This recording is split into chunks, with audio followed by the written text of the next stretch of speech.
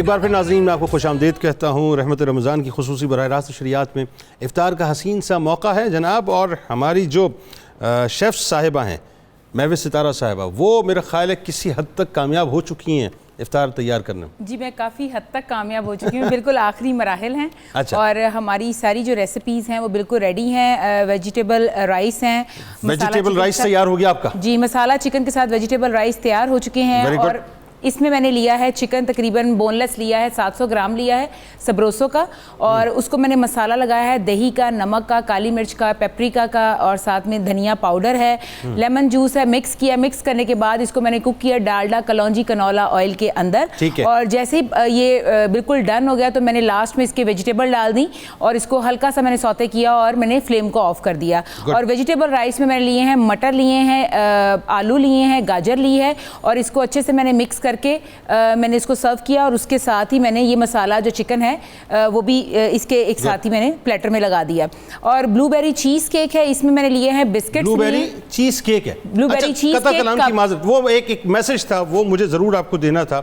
وہ کل جمشید اقبال چیمہ صاحب تشریف لائے تھے اور مسرت جمشید صاحبہ جو تشریف لائی تھی. جی, تو وہ جو آپ نے کیک مٹھائی بنائی تھی نا, کیک کا حلوہ, کیک کا حلوہ, ہاں کیک کا حلوہ, وہ کیک کا جو حلوہ تھا وہ کل مفتی صاحب کی موجودگی میں انہوں نے بڑا اپریشیٹ کیا اور مجھے خاص طور پہ کہا کہ جی ہمارا پیغام جو ہے وہ میں اس کو دیجیے گا. بلکہ میں نارملی میٹھا بہت اوائڈ کرتا ہوں, وہ کل ان کے اصرار پہ میں نے کھایا.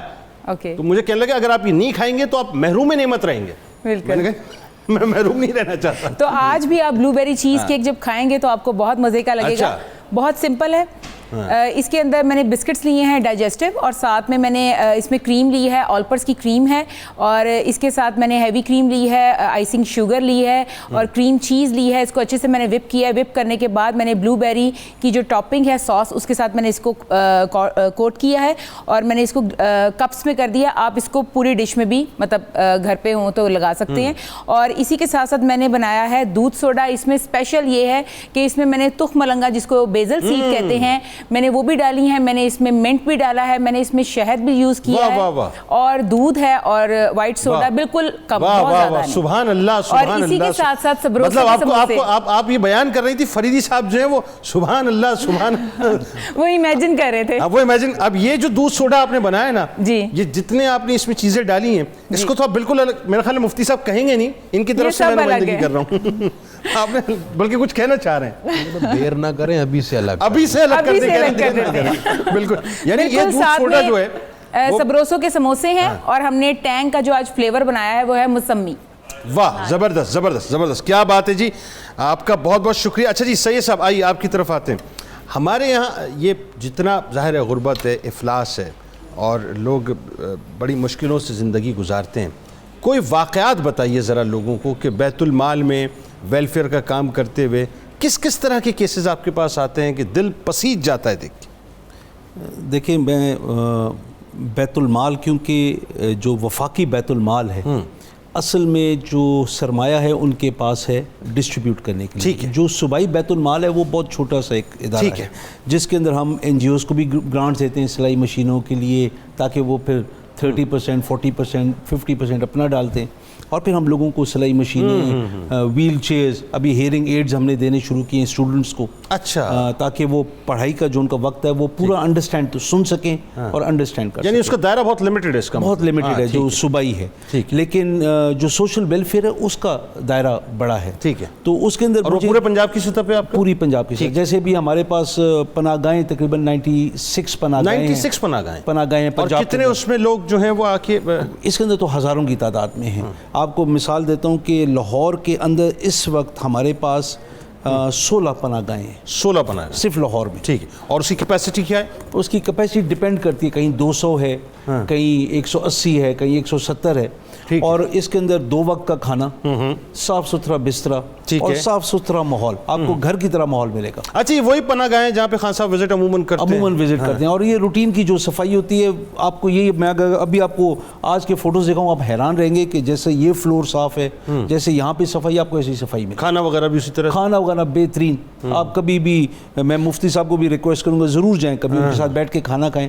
آپ کو پتہ لگے گا کہ صاف ستھرا کھانا. کس طرح کے کیسز ہوتے ہیں ویسے نارملی وہ جو پناہ گاؤں میں لوگ آتے ہیں؟ پناہ گاؤں میں ہمارے پاس لوگ آتے ہیں, وہ لاہور کسی علاج کے لیے آئے تو ان کے پاس اتنا پیسہ نہیں ہے کہ ہوٹل میں رہ سکیں, تو پناہ گاہیں ان کے لیے بیسٹ ہے. یعنی وہ ٹیمپرری پناہ گاہ. لیکن جہاں پہ ہمارے پاس اولڈ ایج ہومز ہیں اور جو یتیم خانے ہیں, یتیم خانے ایسے ہیں کہ جہاں پہ ایک سنگل مدر ہے, ماں کے لیے 3 بچے ان کو افورڈ نہیں کر سکتی, تو وہ صبح جا کے آیا کا کام کرتی ہے, اپنے بچوں کو یتیم خانے میں چھوڑ دیں. اچھا, تو ٹیک کیئر آپ لوگ؟ وہ ٹیک کیئر ہم کریں گے اس کا. ان کو ہم باقاعدہ تعلیم بھی دیں گے, کپڑے بھی دیں گے, کھانا پینا بھی دیں گے. جو میرا یہ تو چلے روٹین میں ہم لوگ کو دیکھتے بھی رہے. اولڈ ایج کے حوالے سے مجھے بتائیے, اولڈ ایج ہاؤس وہاں پہ میرا دل ٹوٹ گیا. ہاں یہ بتائیے. وہاں پہ میں جب گیا تو ایک کوئی ایسا کیس کہ جس نے جھنجھوڑ کے رکھ دیا ہو آپ کو؟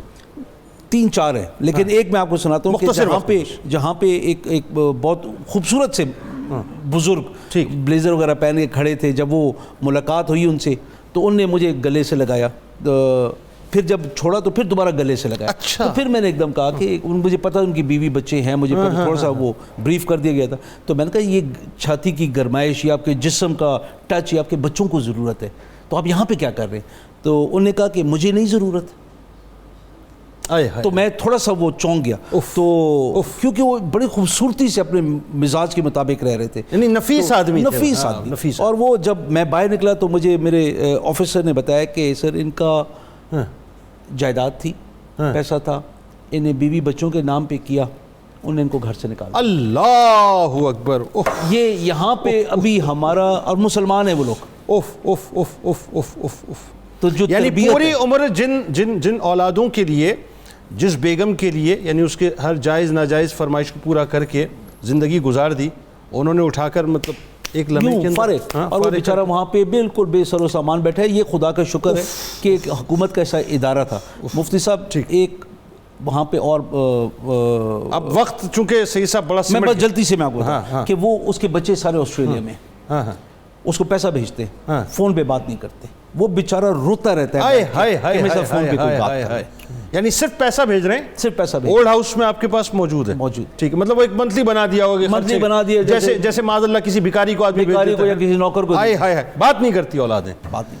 یہ میرا خیال ہے ایک اس موضوع پہ باقاعدہ بات ہونی چاہیے کسی پروگرام میں, کیونکہ یہ ایک ایسا مسئلہ ہے اولڈ ہاؤسز میں جو کیسز ہیں, یہ تو دل کو ہلا دینے والے ہیں, بلکہ اس پروگرام میں سید صاحب کو دوبارہ زحمت پھر انشاءاللہ دینی چاہیے ہمیں.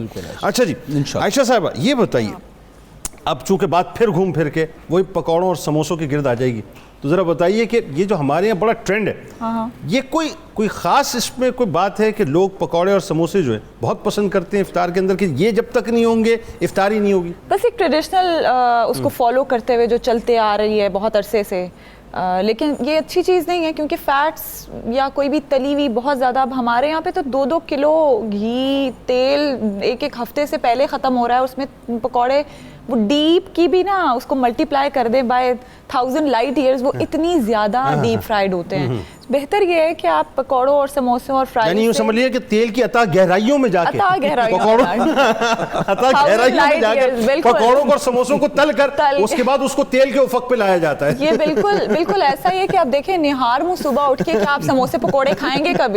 کبھی بھی نہیں کھائیں گے. تو وہ اسی طرح, اس سے بہتر ہے کہ آپ کوئی اچھی آپشنز کی طرف جائیں. جیسے میں ایک دہی کی کوئک سی ریسیپی دیتی ہوں کہ دہی عام طور پہ ہم بازاروں سے لے رہے ہوتے ہیں, آپ اس کو گھر میں جمائیں.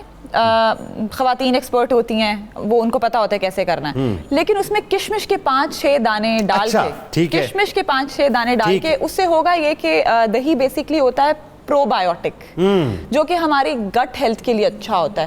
یعنی جو آنت ہے جو فوڈ کو یا غذا کو ہضم کرنے میں مدد کرتی ہے, اس کے اندر ایک اچھا بیکٹیریا ہوتا ہے, ہیلدی بیکٹیریا, اس کو پروموٹ کرنے کی ضرورت ہوتی ہے. جو کشمش کے دانے ہیں ان میں پری بایوٹک ہے. جب پری بایوٹک اور پرو بایوٹک ملتے ہیں تو وہ بہت اچھا ایک کمبینیشن ہو جاتا ہے, بڑا ایک اچھا ہیلدی کمبینیشن ہے اور ایک اچھا ہیلدی فوڈ ہے. عام طور پہ دہی تو چلتا ہے, اب آج کل بہت زیادہ لسی استعمال ہو رہی ہے, تو آپ صبح میں بھی دہی لیں, اسی دہی سے بنی ہوئی لسی بنائیں, اور شام میں افطاری کے وقت بھی 2-4 چمچ دہی کے لے کے, جیسے میں نے بتایا, پانی کا گلاس, کھجوریں, دہی, ایک آدھا فروٹ, اور جو اپنا ڈنر ہے اس میں تھوڑا سا گیپ دے دیں, کوئی 1-آدھے گھنٹے کا گیپ دے دیں. تراویحوں سے پہلے اپنا ڈنر کر لیں, تراویحوں کے بعد چونکہ آ کے ڈنر کرتے ہی آپ اگر جن کو سونے کی عادت ہے وہ لیٹ جاتے ہیں, تو وہ وزن بڑھنا یہ وہ, اس کے اس روٹین کو فالو کریں, آپ کا ویٹ بھی مینٹین رہے گا اور آپ کی ہیلتھ بھی اچھی رہے گی.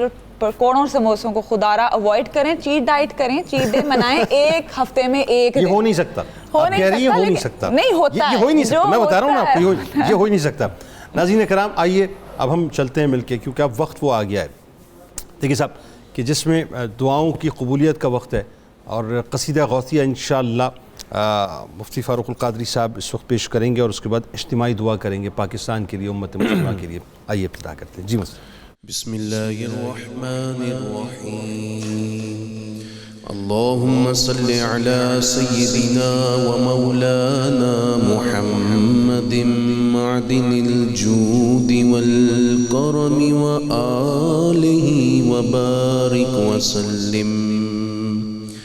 یا شاہ جیلا یا شاہ جیلا یا شاہ جیلا یا شاہ جینا. سقاني الحب كاسات الوصال فقلت لخمرتي نحوي تعالي. سعت ومشت لنحوي في كؤوس فهمت بسكرتي بين الموالي. فقلت لصائر الأقطاب لموا بحالي وادخلوا وانتم رجالي وهم واشربوا وانتم جنودي. فساق القوم بالوافي ملالي. شربتم فضلتي من بعد سكري ولا نلتم علوي واتصالي.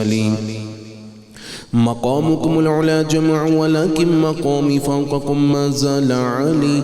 أنا في حضرة التقريب وحدي يصرفني وحسبي ذو الجلال. أنا البازي واشأب كل شيخ ومن ذا في الرجال يعطي مثالي. كساني خلعة بطراز عزم وتوجني بتيجان الكمال. واطلعني على سر القديم وقلدني وأعطاني سؤالي. وولاني على الأقطاب جمع فحكمي نافذ في كل حال. فلو ألقيت سري في بحار لسار الكل غورا في الزوال. ولو ألقيت سري في جبال لدكت واختفت بين الرمال. ولو ألقيت سري فوق النار لخمدت والتفت من سر حالي. ولو ألقيت سري فوق ميت لقام بقدرة المولى تعالي. يا شاہ جیلا یا شاہ جیلا یا شاہ جیلا یا شاہ جیلا. وما منها شهور أو دهور تمر وتلقدي إلا تالي. وتخبرني بما يأتي ويجري وتعلمني فأقصر عن جدالي. مريديهم ودي واشتح وغني وافعل ما تشاء فالاسم عالي. مريدي لا تخف الله ربي أعطاني رفعة نلت المنال. تبولي في السماء والأرض دقت وشوس السعادة قد بدالي.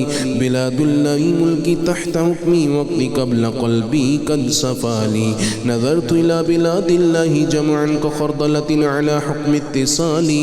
وكل ولي له قدم وإني على قدم النبي بدر الكمال. مريدي لا تخواش فإني عزم قاتل عند القتال. أنا الجيلي محي الدين اسمي وأعلامي على رؤوس الجبال. أنا الحسني والمخضع مقامي وأقدامي على عنق الرجال. وعبد القادر المشهور اسمي وجدي صاحب العين الكمال. تقبلني ولا تردد سؤالي. أغثني سيدي انظر بحالي. يا شاہ جیلا یا شاہ جیلا یا شاہ جیلا یا شاہ جیلا. اللهم صل على سيدنا ومولانا محمد معدن الجود والكرم وآله وبارك وسلم. يا رحمن يا الله يا رحمن يا الله يا رحمن یا اللہ یا رزاق یا اللہ یا رزاق یا اللہ یا رزاق یا اللہ یا سلام یا اللہ یا سلام یا اللہ یا سلام یا اللہ یا اللہ یا اللہ یا اللہ یا اللہ یا اللہ یا اللہ یا اللہ یا اللہ یا حی یا قیوم یا حی یا قیوم یا حی یا قیوم یا مسبب الاسباب یا مسبب الاسباب یا مسبب الاسباب یا ذا الجلال والاکرام. الحمد للہ رب العالمین والصلاة والسلام علی سید المرسلین. پروردگار عالم تمام مسلمانوں کے آج کا روزہ قبول فرما. اے اللہ ہمارے ماں باپ کی اور اپنے حبیب کے تمام امتیوں کی بخشش فرما. پروردگار عالم ہم سب کے ماں باپ بہن بھائیوں میں سے جو اس دنیا سے رخصت ہو چکے ہیں ان سے راضی ہو جا. اے اللہ ہم میں سے ہمارے تمام ناظرین میں سے اور ہم سب کی فیملیز میں سے جو بیمار ہیں ان کو شفا دے دے. اے اللہ جو تنگ دست ہے اس کو خوشحالی دے دے. اے اللہ جو بے سہارا ہے اسے سہارا دے دے. خصوصاً میرے مولا جو ماں باپ بچوں بچیوں کے لیے رشتے تلاش کر رہے ہیں انہیں اچھے مناسب رشتے دے دے. جن کی بچیوں کے رشتے ہو گئے شادیوں کے وسائل دے دے. جن کی شادیاں ہو گئی انہیں سسرال میں عزت دے دے. اور خدا اے میرے مولا جن کے رشتے ٹوٹ گئے انہیں بھی نئے رشتے عطا فرما دے. اے اللہ ہمارے ملک میں جتنے مقروض ہیں ان کے قرضے اتار دے. پروردگار پاکستان کو بحرانوں اور کرائسس سے نکال دے. اس ملک کو اس پاک دھرتی کو استحکام اور سلامتی بخش دے. اس ملک میں رہنے والوں کو ایک دوسرے کا احترام اور برداشت نصیب کر دے. اے اللہ جو اس وقت پاکستان کی فضا بنی ہوئی ہے اے اللہ اس دل خراش فضا کو جلد از جلد تبدیل فرما دے. اے اللہ معاملات کو کسی ایسے نقطے تک پہنچا دے جس میں اس ملک اور اسلام کا فائدہ ہو پاکستانیوں کا فائدہ ہو. پروردگار دنیا بھر کے مظلوم مسلمانوں کی مدد فرما اور ظالموں کو کیفر کردار تک پہنچا. سبحان ربک رب العزت عما یصفون وسلام علی المرسلین والحمد للہ رب العالمین برحمتک یا ارحم الراحمین. سبحان اللہ ماشاء اللہ ماشاء اللہ ماشاء اللہ. ناظرین کرام بات یہ ہے کہ یہ ظاہر ہے وہ لمحات ہوتے ہیں کہ جس میں اللہ تبارک و تعالیٰ اپنے بندے پر اپنا خصوصی فضل و کرم فرماتے ہیں. اور آپ غور کیجئے ذرا کہ اس وقت اللہ تعالیٰ کی تجلیات کا کیسا نزول ہوتا ہے کہ اللہ تعالیٰ چاہتا ہے کہ بندہ بس اس کی بارگاہ میں اپنے سر کو جھکا کر اپنے آنسوؤں کو بہا کر اسے راضی کرے. دیکھیں صاحب عرض کرنے جا رہا ہوں اور بات کو توجہ سے سن لیجئے گا. آپ کے اطراف میں بہت سے ایسے دوست ہوں گے جو آپ کے ساتھ کچھ عرصے پہلے تک تھے اور اس کورونا کی وبا کے آنے کے بعد اب آپ کے درمیان نہیں ہیں. بہت سے لوگ ہوں گے ناظرین کہ جن کے بارے میں آپ نے سن رکھا ہوگا کہ فلاں تھا یا فلاں کا جاننے والا تھا یا میرا جاننے والا تھا. ابھی کچھ عرصے پہلے تو ہمارے درمیان موجود تھے. ہاں جی کچھ عرصے پہلے تو ملاقات ہوئی تھی. ہاں جی کچھ عرصے پہلے تو ہم ساتھ بیٹھے تھے. ارے کچھ عرصے پہلے تو فون پہ میری بات ہوئی تھی. لیکن اب وہ آپ کے درمیان نہیں ہیں. لیکن آپ ہیں اس وقت جن کو اللہ تعالیٰ نے سانسیں عطا کی ہیں, جن کو اللہ تعالیٰ نے شعور عطا کیا ہے, جن کو اللہ تعالیٰ نے یہ رمضان المبارک عطا کیا ہے, جن کو اللہ تعالیٰ نے یہ توفیق عطا کی ہے کہ اس وقت ہم اللہ اور اس کے رسول صلی اللہ علیہ وآلہ وسلم کا ذکر کر سکتے ہیں. بلکہ اب بھی وہ لوگ ناظرین جو ابھی بھی اس وقت بھی اس لمحے بھی وینٹیلیٹر پہ موجود ہیں اس مرض کی وجہ سے, اس وبا کی وجہ سے ناظرین, کہ جن کو یہ نہیں پتا کہ ان کی سانسیں ان کا ساتھ دیں گی کہ نہیں دیں گی, ان کو نہیں جانتے کہ وینٹیلیٹر ہٹے گا کہ نہیں ہٹے گا. ناظرین ذرا ان کی طرف توجہ کیجئے کہ وہ زندگی اور موت کی کشمکش میں ہیں, لیکن ہم اور آپ اس وقت وہ ہیں جو اللہ کے حضور جھک کر دعا کر سکتے ہیں. تو آئیے اللہ کو مناتے ہیں, راضی کرتے ہیں اور اس سے اس کی نصرت اور مدد مانگتے ہیں. انشاءاللہ افطار کے بعد ایک بار پھر آپ سے ملاقات ہوتی ہے. حاضر ہے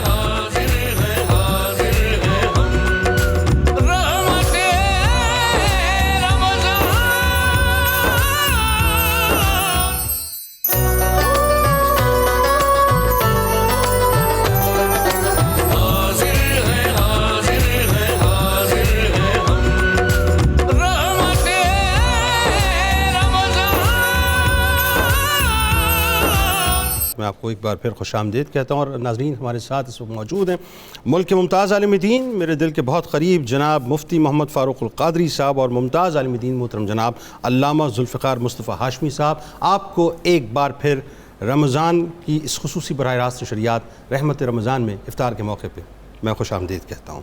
ناظرین کرام، بات چونکہ سرکار مدینہ صلی اللہ علیہ وآلہ وسلم کی ہوئی، تو آئیے ذرا آغاز کرتے ہیں خوبصورت سے واقعے سے، اور چند مصرے آپ کی نظر کر رہا ہوں کہ خدا رحم کرتا نہیں اس بشر پر، خدا رحم کرتا نہیں اس بشر پر، نہ ہو درد کی چوٹ جس کے جگر پر، کرو مہربانی تم اہل زمیں پر، خدا مہرباں ہوگا عرش بری پر.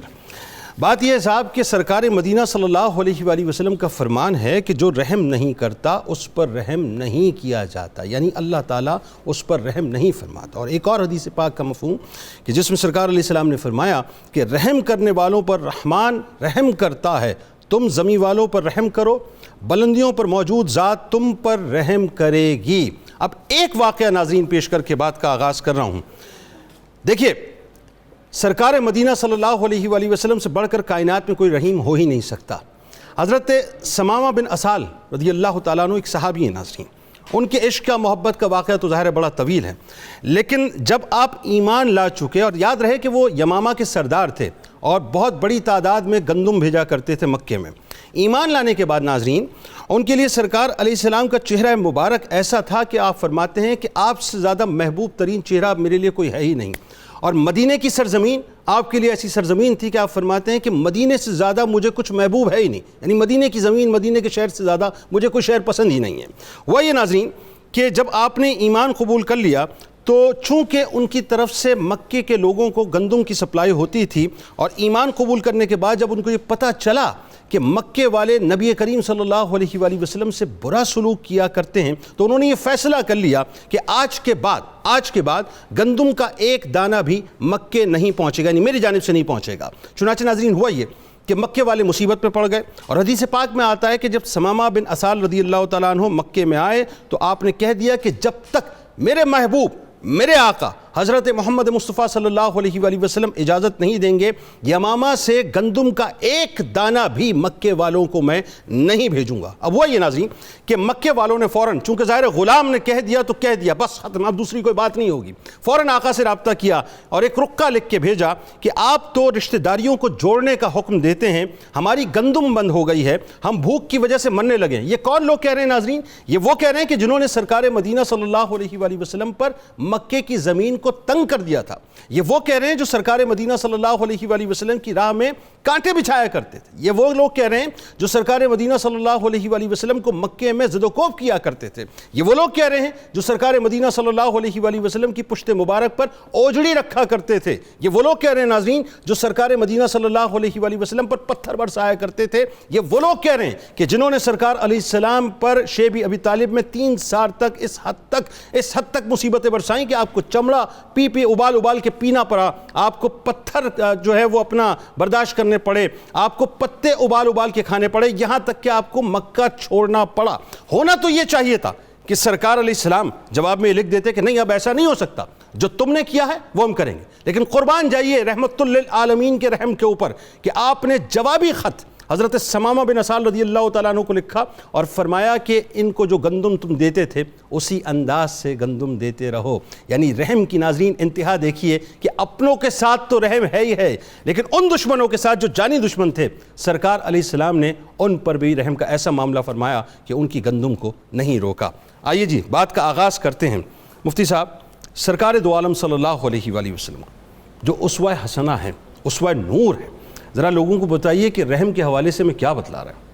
بسم اللہ الرحمن الرحیم. قرآن مجید نے آپ کو وَبِالْمُؤْمِنِينَ الرَّؤُوفُ الرَّحِيمُ کہا کہ آپ مومنوں پر بڑے رحیم اور شفیق ہیں، مہربان ہیں، کریم ہیں. اس امت میں بلکہ ساری مخلوق میں سب سے بڑھ کر رحم کرنے والے آپ ہیں. سبحان.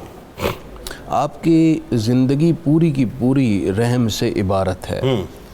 آپ نے عام حالات پہ بھی رحم کیا بلکہ حالات جنگ میں بھی رحم کا دامن نہ چھوڑا. اللہ اکبر. اللہ. 2 واقعات میں آپ کی زندگی کے خاص طور پر کوٹ کرنا چاہتا ہوں حیات ظاہری کے. ایک تو جب آپ مکہ مکرمہ سے ہجرت کرنے لگتے ہیں تو بیت اللہ میں آئے، عثمان بن طلحہ کے پاس کنجی تھی، ہائے ہائے ہائے ہائے کیا بات ہے، دروازہ کھولی، اللہ اکبر، دروازہ کھولنے سے انکار کر دی۔ سرکار کریم نے فرمایا عثمان بن طلحہ ایک وقت آئے گا آپ یہ چابی خود مجھے پیش کریں۔ حالات بدلے، آپ صلی اللہ علیہ وسلم نے مکہ فتح کیا، مکے میں آ گئے، بیت اللہ میں آئے تو عثمان بن طلحہ کو بلایا۔ اب عثمان بن طلحہ کانپتا تھراتا ہوا آیا کہ میں نے ایک مرتبہ گستاخی کی تھی اور چابی پیش کرنے سے انکار کیا، آج میرے متعلق بڑا سخت فیصلہ ہوگا۔ گمان یہ تھا، لیکن نبی کریم صلی اللہ علیہ وسلم دل فتح کرتے تھے۔ آپ نے عثمان بن طلحہ سے کہا کہ وہ وقت یاد ہے جب ہم نے چابی طلب کی تو آپ نے دینے سے انکار کیا، آج تم جانتے ہو ہم تمہارے ساتھ کیا سلوک کریں گے۔ اللہ، اب ان کے گمان میں یہی تھا کہ بہت سخت سزا ملے گی، سر قلم ہو جائے گا، صحیح ٹھیک۔ آپ صلی اللہ علیہ وسلم نے فرمایا کہ عثمان بن طلحہ چابی ہمیں دو۔ چابی آپ نے لے لی اور سارے صحابہ اکرام وہاں پر کھڑے تھے جن کی اسلام کے لیے خدمات تھی، اور سب کی یہ سوچتی کہ کاش ہمیں مل جائے، تمنا سب کی تھی۔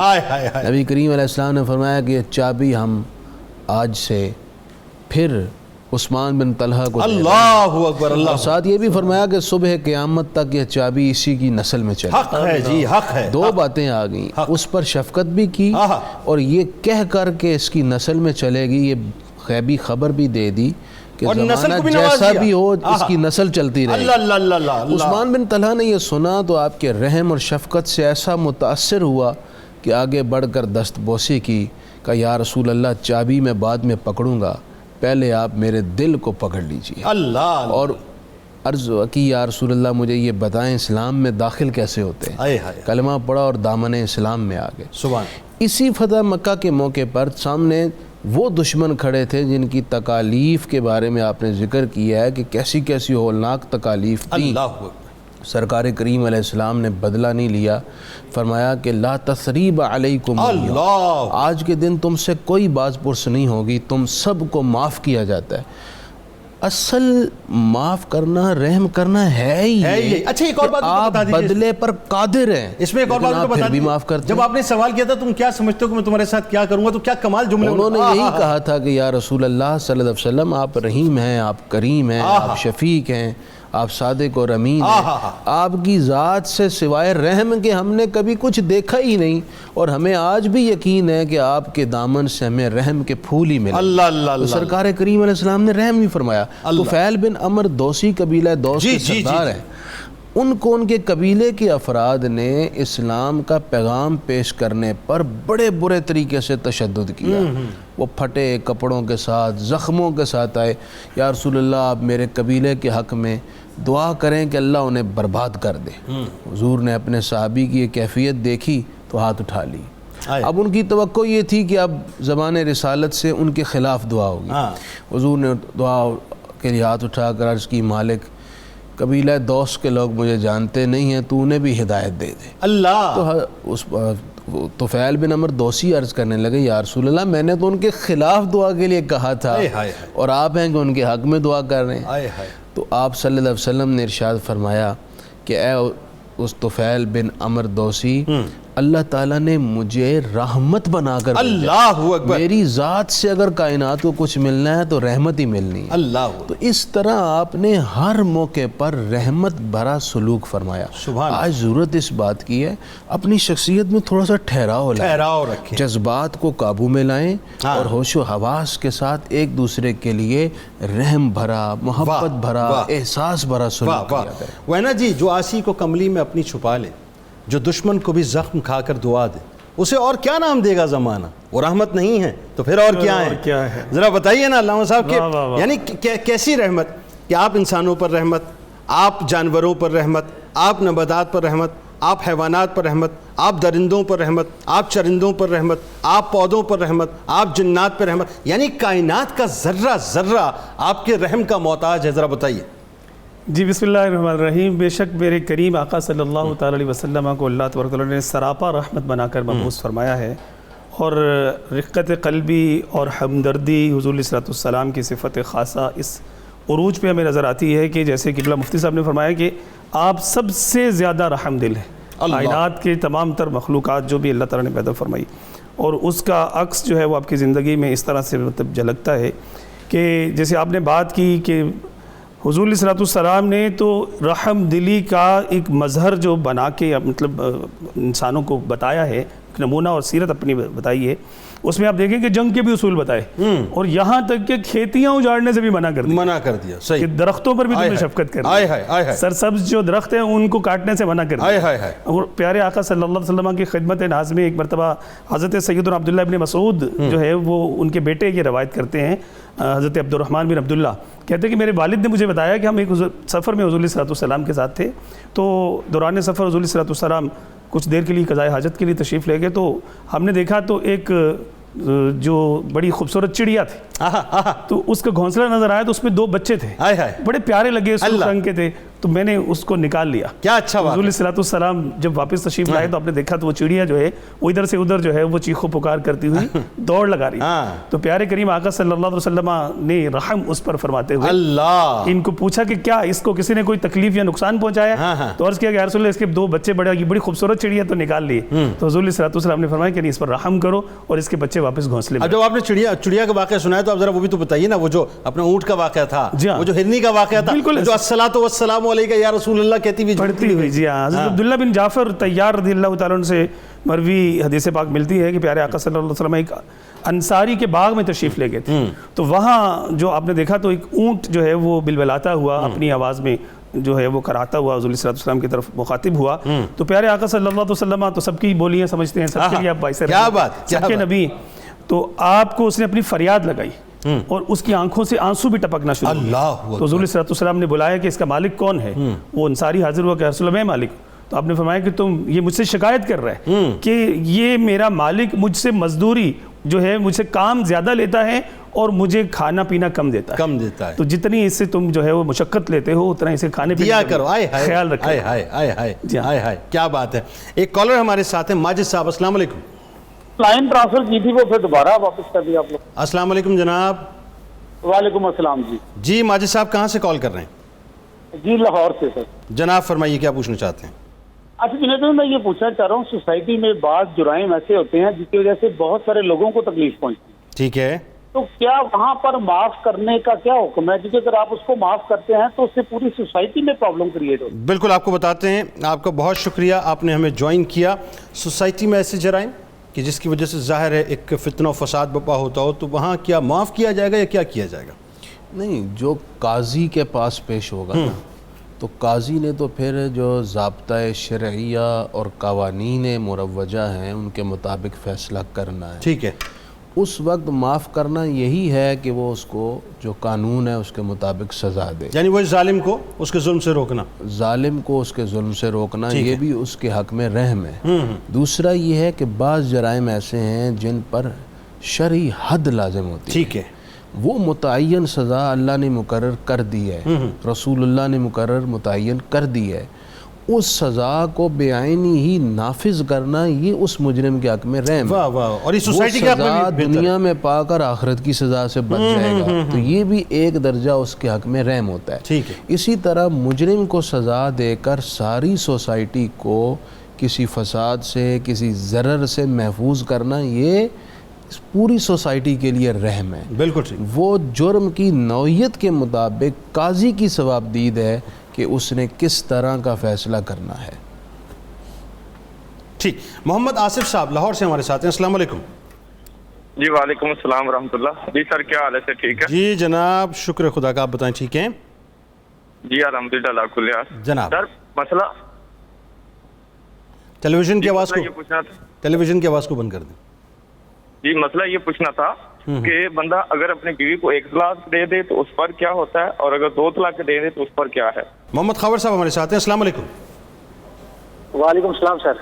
جناب سر میری ریکویسٹ یہ ہے کہ بندہ اگر گناہوں میں اتنا گھرا ہوا ہو کہ وہ مثال کے طور پہ خود کو یہ سمجھے کہ وہ نہیں بخشا جائے گا، تو اس کی وہ اتنے گناہ اس نے کیے، اتنے گناہ کیے ہیں کہ وہ خود کو تصور کر رہا ہے کہ وہ بالکل ہی جہنمی ہے، تو اس کا بھی کوئی مثال کے طور پہ کوئی بندہ کیا اس کا حل ہے؟ والدین سے وہ بات کرتا ہے تو غصہ کر جاتا ہے اور وہ خود کو اتنا گلٹی فیل کر رہا ہے اور بے حد ہی خود کو گناہگار سمجھ رہا ہے. کبھی اس کو کوئی بھی اس کا کام سوچتا ہے الٹا ہو جاتا ہے, کوئی بھی اس کی سچائی نہیں ہو رہی.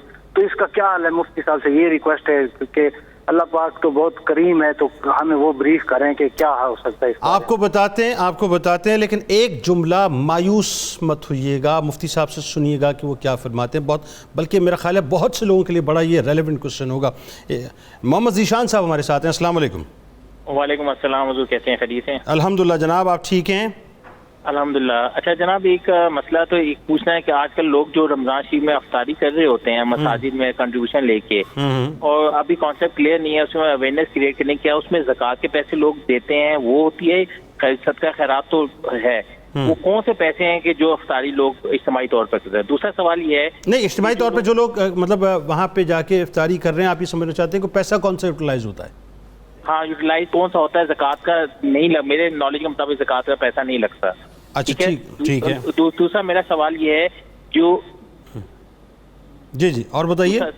جی دوسرا سوال یہ ہے کہ جو اپنی ذات کے لیے پلاٹ خریدا ہو کہ جی میں ابھی یہ پلاٹ لوں گا, کل میں اس کے اوپر کنسٹرکشن کروں گا یا میں اس کو بیچ کر فردر کوئی اچھی جگہ پہ گھر یا فردر, تو اس پہ زکوٰۃ ہے یا نہیں ہے؟ بالکل ٹھیک. آپ کو بتاتے ہیں. بہت شکریہ آپ نے ہمیں جوائن کیا. پہلا سوال میرا خیال یہ لے لیتے ہیں, یہ بڑا ارجنٹ مسئلہ ہے. 1 طلاق دی یا 2 طلاق دی تو کیا ہوا؟ یہ طلاق رجعی ہوتی ہے. ٹھیک ہے. اگر 3 ماہ وقت نہیں گزرا اس سے پہلے یہ رجوع کر سکتے ہیں اپنی اہلیہ کے ساتھ. بالکل ٹھیک ہے. پلاٹ لیا, آیا کہ آگے جا کے بنانا ہے یا اس کو فروخت کرنا ہے, تو اس صورت میں زکوٰۃ اس پہ لگے کہ نہیں؟ اگر پلاٹ اس نیت سے لیا ہے کہ میں نے اسے بیچنا ہے پھر تو اس کی کل ویلیو جو مارکیٹ ویلیو ہے اس پر زکوٰۃ ہے. ٹھیک ہے. اور اگر اپنی رہائش کے لیے خریدا ہوا ہے, بیچنے کے لیے نہیں لیا, تو پھر اس پر زکوٰۃ نہیں. ٹھیک. مساجد میں جو افطار کرائی جاتی ہے ان کا پوچھنا یہ ہے کہ پیسے جو ہیں اس میں کون سے استعمال ہونے چاہیے یا ہو رہے ہیں؟ افطار کی رقم جو کھانا وغیرہ کھلاتے ہیں افطار میں یا ویسے ہی کھانا کھلاتے ہیں, اس میں زکوٰۃ کے پیسے یوز نہیں کر سکتے. زکوٰۃ کے علاوہ پیسے یوز کریں. ٹھیک. اب یہ جو سوال ہے یہ میرا خیال ہے کہ اس وقت بہت سے لوگوں کو ایڈریس کرے گا. ایک شخص سے اس حد تک گناہوں میں گر چکا کہ اب وہی کہتا ہے کہ اب چونکہ میں بس دلدل میں پھنس ہی چکا ہوں تو بس پوری زندگی بخشش نہیں ہوگی میری. تو یہ جو سوچ ہے اس سے کیسے نکلے آدمی؟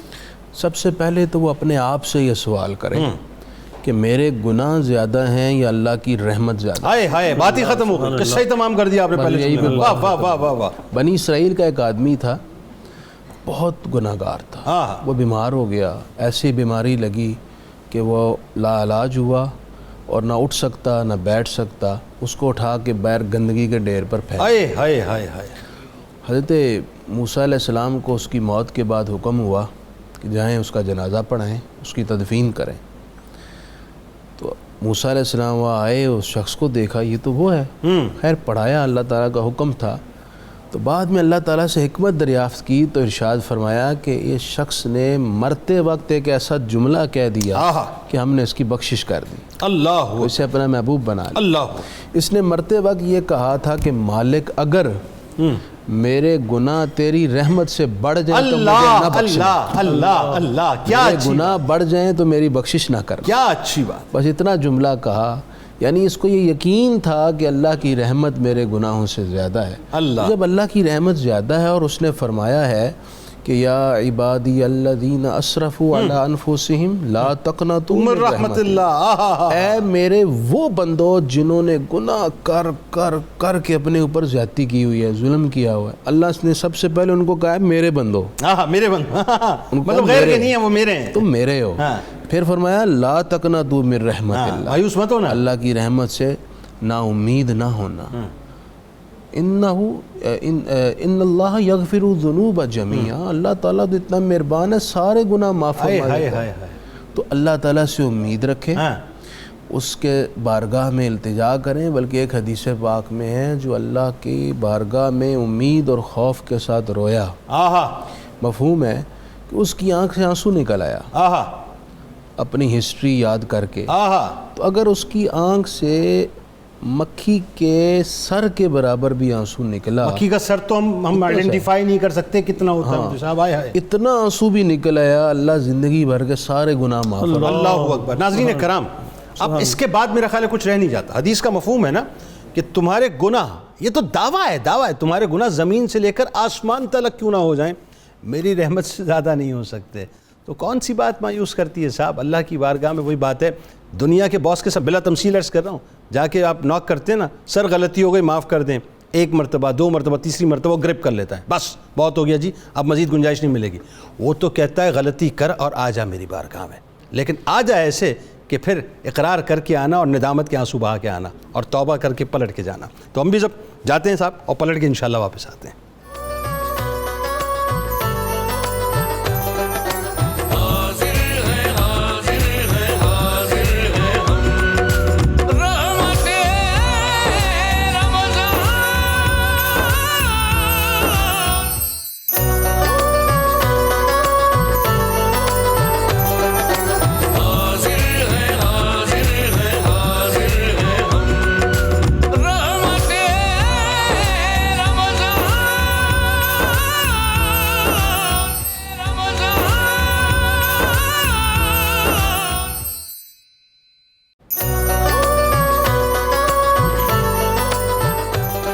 خوش آمدید خواتین و حضرات, ایک بار پھر رحمت رمضان کی خصوصی براہ راست نشریات میں افطار کے موقع پہ میں حاضر خدمت ہوں, اور بڑی کمال اس وقت گفتگو دونوں جید علماء کرام فرما رہے ہیں. ناظرین, ایک روایت میرے سامنے سے ابھی گزری تو میں نے کہا ذرا سر دست وہ بھی بیان کر دوں کہ سرکار مدینہ صلی اللہ علیہ وآلہ وسلم نے فرمایا, اور یہ غور کیجئے گا ناظرین کہ بہت چھوٹا سا کبھی کبھی ہم کام کر رہے ہوتے ہیں لیکن ہمیں اندازہ نہیں ہوتا کہ اس کا جو عذاب ہے وہ کتنا شدید ہوتا ہے, اور بہت چھوٹا سا عمل ہوتا ہے, ہمیں پتہ نہیں ہوتا, ہمیں اٹھا کے وہ کہاں پہنچا دیتا ہے. ایک بے درد اور بے رحم عورت ناظرین اس لیے جہنم میں گرائی گئی کہ اس نے ایک بلی کو باندھ کر بھوکا مار ڈالا. نہ تو وہ اس کو کچھ کھانے کو دیتی, نہ اسے چھوڑتی کہ وہ زمین پر جا کر کچھ کیڑے مکوڑے حاصل کر لیتی. یعنی کس وجہ سے, بخس کی وجہ سے اس نے اس کو باندھا, یہاں تک کہ وہ بلی تڑپ تڑپ کے مر گئی.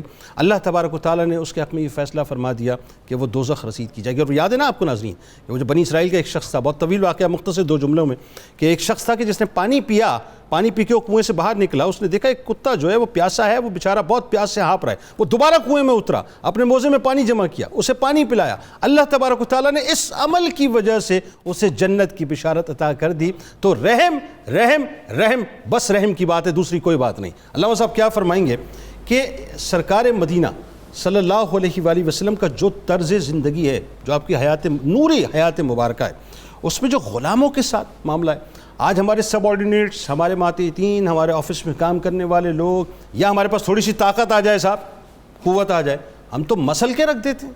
بتائیے ذرا اس بارے میں. جی ہاں, پیارے آقا صلی اللہ علیہ وسلم کا اسوہ مبارکہ اپنے اہل و عیال کے ساتھ, اپنے خادمین کے ساتھ, غلاموں کے ساتھ اتنا روشن و منور ہے کہ پیارے آقا صلی اللہ علیہ وسلم کی ذات اقدس کے حوالے سے سیدنا انس ابن مالک رضی اللہ تعالیٰ عنہ جو آپ کے خادم خاص رہے ہیں, وہ بیان فرماتے ہیں کہ 10 سال مجھے پیارے آقا صلی اللہ علیہ وسلم کی خدمت ناز میں حاضری کا شرف رہا, اور میں آپ کے جو بھی روزمرہ کے معاملات ہیں اور کام کاج کیا کرتا تھا.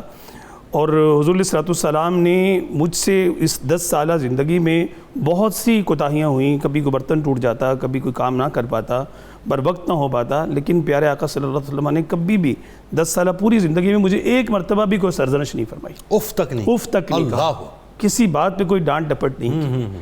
حضور علیہ السلام کا یہ اسوہ اتنا مبارک روشن ہے کہ اس کو ہمیں اپنانے کی ضرورت ہے. یعنی یہاں تک ہوا کہ وہ فرماتے ہیں کہ یہ کبھی سرکار علیہ السلام نے مجھ سے یہ نہیں پوچھا کہ تم نے یہ کام کیوں نہیں کیا, اور کبھی یہ نہیں پوچھا کہ تم نے یہ کام کیوں کر لیا. جی بالکل, اللہ اکبر, اللہ اکبر. اور آپ دیکھیں کہ پیارے آقا صلی اللہ علیہ وسلم کے صحابی حضرت سیدنا ابو مسعود بدری رضی اللہ عنہ, آپ بدری صحابہ کرام میں سے ہیں. حضور علیہ السلام کی ذات اقدس سے محبت, احترام, سارے سلسلے ہیں. پیارے آقا صلی اللہ علیہ وسلم کی ایک مرتبہ جلوہ فرمائی آپ کے ہاں ہوتی ہے, تو وقت کچھ ایسا ہے کہ آپ نے اس وقت اپنے غلام کو کسی غلط کام کرنے پر ایک پٹائی لگائی, اس کو تھپڑ لگایا, تو اوپر سے اچانک جو ہے وہ حضور علیہ السلام کی تشریف آوری ہوگی.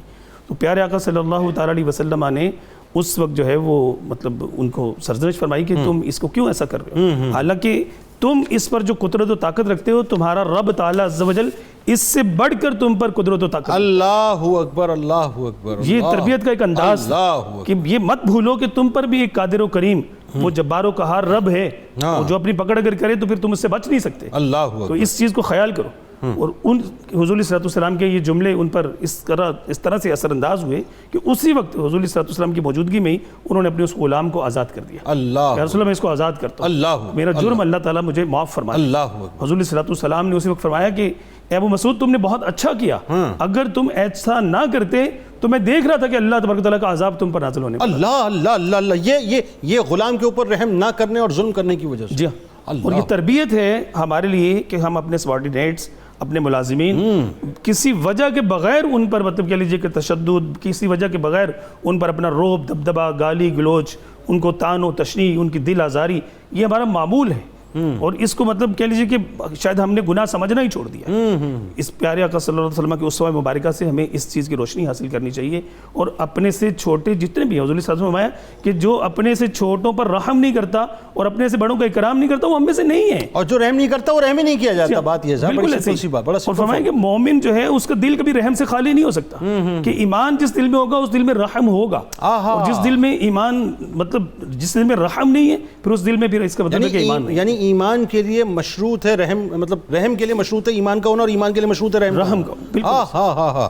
اچھا مفتی صاحب یہ بتائیے, اب اس میں ایک سوال یہ پیدا ہو گیا, ایک بڑا کیٹیگوریکل ذرا لوگوں کو بتائیے کہ ہم ظاہر چونکہ سرکار علیہ السلام کی حیات طیبہ میں تو ہمیں صرف رحم ہی رحم نظر آتا ہے ہر طرف سے, چاہے وہ دوست ہوں, دشمن ہو, اپنے پرائے ہوں, مسلم ہو, غیر مسلم ہو. سب سے زیادہ ہمارے رحم کا حقدار کون ہے؟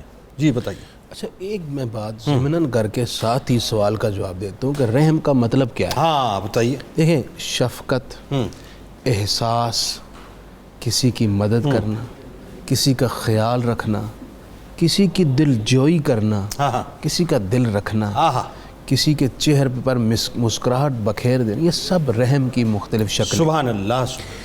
سب سے زیادہ رحم کا حقدار وہ ہیں جو ہمارے سب سے زیادہ قریبی ہیں. بخاری شریف میں من احق بحسن صحابتی, یا رسول اللہ میرے سب سے زیادہ حسن سلوک کا یعنی رحم کا حقدار کون ہے؟ حضور نے فرمایا تیری ماں. 3 دفعہ ماں کا فرمایا, چوتھی مرتبہ باپ کا. یوں ہی ہماری بھائی ہیں, بہنیں ہیں. جنید بھائی چھوٹی چھوٹی باتیں کہاں نہیں ہوتی, ہلکی پھلکی ٹچ ٹچ تو ہر گھر میں چلتی رہتی. بالکل صحیح بات ہے. لیکن اس کا یہ مطلب تو نہیں ہے کہ ہم اتنے اگریسو ہو جائیں کہ سارے اللہ کے بنائے ہوئے رشتوں کو یک لخت توڑ کر ہم تصادم پر اتر آئیں اور زندگی بھر کے لیے دشمنی کریں. بھائیوں کا عالم تو یہ ہے کہ یہ مضبوط بازو ہوتے ہیں. حضرت یوسف علیہ السلام کے بھائیوں نے کیا نہیں کیا, ہائے رحم کی کیسی مثال. حضرت یوسف علیہ السلام نے انہیں معاف کر دیا, بلکہ اتنا بھی انہیں یاد نہیں کروایا کہ تم نے میرے ساتھ کیا کیا ہے. یعنی جب بلایا بھی تو کتنے پردے میں اہتمام کے ساتھ بلایا, اور انہیں ان کا ماضی یاد نہیں کروایا کہ ان کا دل ٹوٹے گا. اس قدر احساس کیا. نبی کریم صلی اللہ علیہ وسلم کی ایک بہن حضرت شیمہ تھی, سیدہ حلیمہ سعدیہ کی شہزادی. ایک موقع پر ہی جب وہ حوازن کے والا واقعہ ہوا تھا تو حضرت شیمہ پر حضور نے بڑی شفقت فرمائی. ایون کہ بعض روایات میں آتا ہے عرب کے ہاں یہ دستور تھا کہ کسی کو رسپیکٹ دینے کی انتہا اور کمال درجہ یہ ہوتا تھا کہ سردار اپنی چادر اتار کے نیچے بچھا. اللہ. اور یہ طریق سرکار علیہ السلام, نبی کریم علیہ السلام نے اپنی چادر بچھا دی اللہ حضرت شیمہ کے لیے. اللہ. پھر انہیں فرمایا کہ اے میری پیاری بہن, اگر آپ میرے پاس رہیں تو میں آپ کی خدمت میں کوئی کمی نہیں آنے دوں, آپ کو خوش رکھوں گا. اور اگر آپ اپنے قبیلے پلٹ کر جانا چاہتی ہیں تو آپ کی مرضی. انہوں نے جانا پسند کیا تو نبی کریم علیہ السلام نے انہیں تحائف سے نوازا. پھر حضرت شیمہ کی وجہ سے ان کے قبیلے کے تمام قیدیوں کو آزاد فرما دیا. اللہ اکبر. اس قدر اپنی بہن کا احساس اور اکرام فرمایا. اللہ اکبر. آج یار کتنے برس جی لینا ہے جنید بھائی. بالکل اصل بات. اور یہ پیسہ کہاں لے کر جانا ہے, اصل بات کہ چند پیسوں کی وجہ سے ہم اپنے رشتے توڑ دیں. اور دوسرا سبب کیا ہوتا ہے رشتے ٹوٹنے کا اور رحم کے اٹھ جانے کا؟ جب رشتے بڑھتے ہیں نا, پہلے صرف بہن بھائی تھے, پھر رشتوں میں اضافہ ہوا, بیویاں آئیں, بچے ہوئے, خاندان بڑھ گیا, تو اب پھر کانوں میں نئی نئی باتیں آتی ہیں جس کی وجہ سے دل کے اندر چبھن شروع, کھٹاس پیدا ہوتی ہے. اس موقع پر ایک مرد کا امتحان ہوتا ہے واہ واہ کہ اس نے اب رشتوں میں بیلنس کیسے رکھنا ہے. بھائی کے رشتے, بہن کے رشتے, بیوی کے رشتے, ان سارے رشتوں میں بیلنس رکھنے میں جو کامیاب ہو جائے میں سمجھتا ہوں وہ مرد ہے. یعنی اگر وہ کامیاب نہ ہو پایا تو اسے اپنے آگے سے میم ہٹا کر اپنے آپ کو رد کر دینا چاہیے. بالکل, اسے اپنی طبیعت کو رد کرنا چاہیے, اپنی فکر, اپنی ہلکی سوچ کو رد کرنا چاہیے, تاکہ وہ بیلنس رکھ کے خوشگوار گھریلو زندگی گزارے. یوں ہی میں ایک اور بات کرنا چاہوں, استاذ کی حیثیت سے طلبہ پر رحم ہو. واہ اچھی بات ہے. مالک کی حیثیت سے ملازموں پر رحم ہو. بہت اچھی بات ہے. کولیگس کا ایک دوسرے پر رحم کرنا بڑا ضروری ہے, کیونکہ بعض اوقات ہم اپنے دوستوں سے آگے بڑھنے کے لیے محنت اور جد و جہد کا راستہ اختیار کرنے کے بجائے ٹھیک ہے اس کو ڈی گریڈ کر کے اس کے بارے میں اپنے آفیسر کے کان بھر کے اپنی جگہ بنانے کی کوشش کرتے ہیں, یہ راستہ اختیار کرتے ہیں. یہ تو قطعی طور پر ایک معزز مسلمان کے شایان شان نہیں ہے کہ وہ غیبت کا اور بہتان ترازی کا یا اس طرح کا غلط راستہ. اس میں بھی بیلنس ضروری, اس میں بھی رحم ضروری ہے. ہر ایک شخص کو اس کی عزت اور وقار دینا یہ بھی ایک رحم ہے. ساس کو بہو پر اور بہو کو ساس پہ بھی رحم کرنا چاہیے. بالکل. ذرا اس بارے میں آپ تبصرہ, تو میاں بیوی پہ تبصرہ میں ان سے کرواتا ہوں. یہ تو رحم اتنا ضروری ہے کہ یہ رحم کیے بغیر ہماری کبھی بھی گھریلو لائف خوشگوار نہیں ہو سکتی. ساس یہ سوچے کہ جب یہ جو میرے پاس آئی ہے میری بہو کسی کی بیٹی ہے, تو میری بھی بیٹی کسی کے ہاں بہو بن کے جا رہی ہے نا. کیا اچھی بات. اگر میں اس کو اپنی بیٹی کی جگہ نہیں رکھوں گی تو جس گھر میں میری بیٹی جائے گی وہ میری بیٹی کو کیسے اپنی بیٹی والا درجہ دیں گے. یہ دنیا اسی طرح بدلہ دنیا میں ہی دے دیتی ہے. اس لیے بہو کو بیٹی کی جگہ رکھنا یہ جملہ کہنے میں آسان ہے, لیکن عملی طور پر اس کو کرنے کے لیے دل بڑا کرنا پڑے گا, برداشت کرنا پڑے گا, بہت ساری اپنی خواہشات اور اپنی پسند کو قربان کرنا پڑے گا, تب جا کے آپ دیکھیں بیٹیوں سے غلطی ہو جائے تو مائیں کیا کرتی ہیں, کور کرتی ہیں, تو اسی طرح بہو سے بھی تو ہو سکتا ہے, پیار کرتی ہیں, بہو کے ساتھ بھی یہی ہونا چاہیے. اس میں تو کوئی دوسری رائے ہو ہی نہیں سکتی. اچھا جی, بیویوں کو شوہر پہ کیسے رحم کرنا چاہیے اور شوہروں کو بیویوں پہ کیسے رحم کرنا چاہیے, بتائیے ذرا. نہیں بڑی اہم بات ہے یہ. جی بالکل. اسوہ مصطفیٰ صلی اللہ علیہ وسلم کی روشنی میں جب ہم اس بات کو جائزہ لیتے ہیں تو حضرت اماں عائشہ صدیقہ رضی اللہ تعالی عنہا سے پوچھا گیا کہ پیارے آقا صلی اللہ علیہ وسلم گھر میں کیسے تھے. تو حضور صلی اللہ علیہ وسلم جی حضور صلی اللہ علیہ وسلم کی اس اسوہ مبارکہ پر روشنی ڈالتے ہوئے ہماری پیاری امی جان نے بتایا کہ الینا الناس بسامن ضاحکا, کہ حضور صلی اللہ علیہ وسلم گھر میں ہمیشہ خوشگوار اور مسکراتے ہوئے چہرے کے ساتھ. سبحان اللہ سبحان اللہ. ان کی تیوری چڑھائے ہوئے رکھتے تھے, ماشاءاللہ, مطلب محبت کا, ایک احساس کا. اور آپ دیکھیے کہ جب اسوہ مصطفیٰ صلی اللہ علیہ وسلم ہم اپنے گھر والوں کے ساتھ حسن سلوک کے حوالے سے دیکھتے ہیں تو حضور صلی اللہ علیہ وسلم کی یہ الگ سے حدیث پاک میں تاکید موجود ہے کہ تمہارے حسن سلوک کے سب سے زیادہ مستحق تمہارے اہل و عیال. اللہ, ان کے ساتھ تم نرمی کا برتاؤ کرو, ان کے کام میں کام ہاتھ بٹانا. حضور صلی اللہ علیہ وسلم گھر میں دیکھیے کہ گھر کے جتنے بھی گھر کے کام ہیں اس میں امہات المومنین اللہ اللہ اللہ کیا سین, کیا سین, بتائیے بتائیے. اجمعین کے جو ہے وہ ہاتھ بٹاتے ہوئے نظر آتے ہیں. گھر کے کام کاج سارے جو ہے وہ آپ کرتے ہیں. اور گھر میں ایک حضور صلی اللہ علیہ وسلم کا جو معمول مبارکہ ہے اس میں دیکھیے کہ امہات المومنین رضوان اللہ تعالیٰ علیہن اجمعین کے پاس آپ کے مختلف ایام ہوا کرتے تھے, تو ہر ایک یہ تصور کرتی تھی کہ پیارے آقا صلی اللہ علیہ وسلم مجھ سے سب سے زیادہ محبت. سبحان اللہ. یعنی آپ اتنا رحم فرماتے تھے کہ ان کی تکالیف کو محسوس کرتے ہوئے ان کے ہاتھ کو بٹایا کرتے تھے. اچھا, بیویوں کو رحم کیسے کرنا چاہیے دو جملوں میں شوہروں پر, یہ بڑا اہم سوال ہے.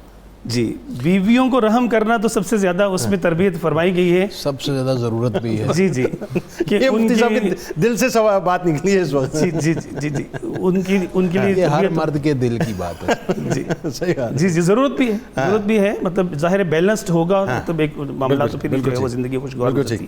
اس میں بھی امہات المومنین رضوان اللہ تعالیٰ علیہن اجمعین کے جو ہے وہ مطلب وہ حقوق کی رعایت رکھیں. جب خاوند گھر میں نہ ہو تو اس کے عدم موجودگی میں استعمال کی اپنی عفت و پاک بازی کی جو ہے وہ حفاظت کریں اور ان کے اولاد کی اچھی تربیت. بالکل ٹھیک. بس وہ بات ہے آخر میں بیچارہ گرد و غبار میں اٹا ہوا آتا ہے دن بھر محنت کر کے, بس یہ خیال کیا کریں کہ اگر وہ مونچھ کو تاؤ دے کے گھر میں داخل نہیں ہو رہا تو کم از کم اس کا خیال کریں کہ وہ بیچارہ اتنا تھکا ہوا ہے, اس کو مزید ٹینشن نہ دے. بہرحال آج کا موضوع ناظرین بہت اہم تھا, اور اللہ تعالیٰ ہمیں ایک دوسرے پر رحم کرنے والا بنائے, اور ایک دوسرے کو سمجھنے والا بنائے, ایک دوسرے کی توقیر کرنے والا بنائے. بس انشاءاللہ ابھی اظہر فریدی صاحب سے بہت ہی حسین سا کلام سنیں گے.